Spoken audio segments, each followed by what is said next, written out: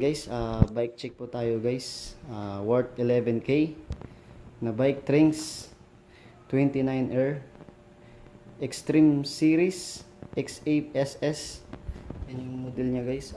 Tingin tayo sa unahan guys. Bike check tayo guys. Ayan, naka Shimano, ano siya, Shimano hydraulic brake. Tapos naka wick yung stem. Tapos 8x3 3x8 yung shifter niya na non-series Shimano. Tapos naka air, ano na siya guys, air fork na siya nga. Kaso sira yung clamp ng remote niya, kaya hindi siya nagagamit.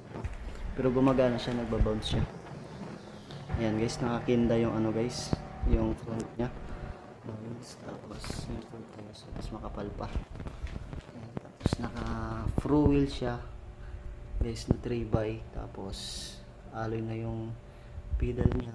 Tapos yung drivetrain natin is Altus.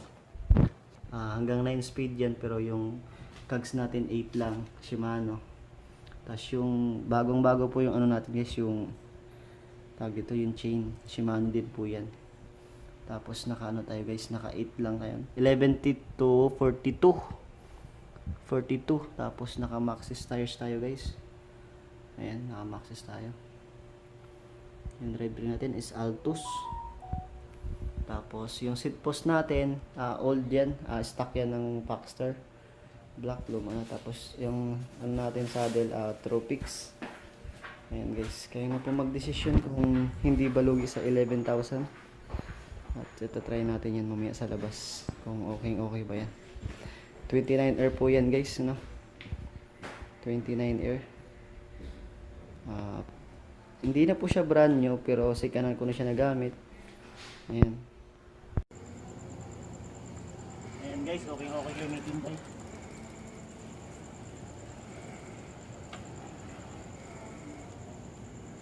O, di ba? Okay na boy. Stop na boy.